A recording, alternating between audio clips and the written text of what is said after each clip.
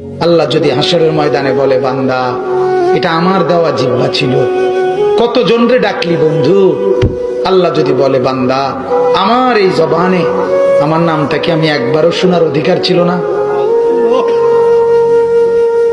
আমার এই কপালটায় আজকের সারাদিনে আমি একটা সেজদাও পাওনা ছিলাম না? আমার এই কানটায় আমি আল্লাহকে একটা বারো আজানের আওয়াজটা শোনার হক আমি পাওনা ছিলাম না? কি বলবি যুবক? হ্যাঁ মুসলমান, কি বলবো? বলো না বাপ, কি বলবো?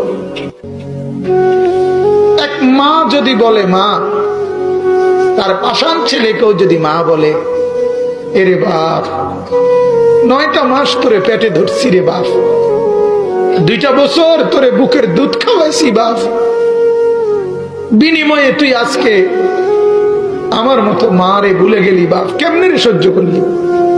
এই কথা বললে যত বড় পাষাণ ছেলেই হোক, সেও তো কিছুক্ষণের জন্য মাথাটা নোয়াই লাগবে। আল্লাহ যদি হাসরের ময়দানে বলে, বান্দা এটা আমার দেওয়া জিহ্বা ছিল, কতজন রে ডাকলি বন্ধু। আল্লাহ যদি বলে, বান্দা আমার এই জবানে আমার নামটা কি আমি একবারও শোনার অধিকার ছিল না? আমার এই কপালটায় আজকের সারাদিনে আমি একটা সেজদাও পাওনা ছিলাম না? আমার এই কানটায় আমি আল্লাহকে একটা বারো আজানের আওয়াজটা শোনার হক আমি পাওনা ছিলাম না? কি বলবি যুবক? হ্যাঁ মুসলমান, কি বলবো? বলো না বাপ, কি বলবো?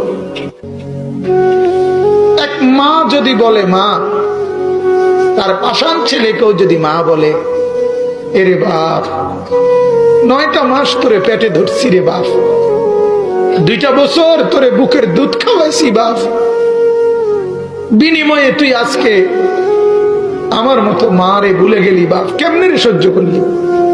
এই কথা বললে যত বড় পাষাণ ছেলেই হোক, সেও তো কিছুক্ষণের জন্য মাথাটা নোয়াই লাগবে।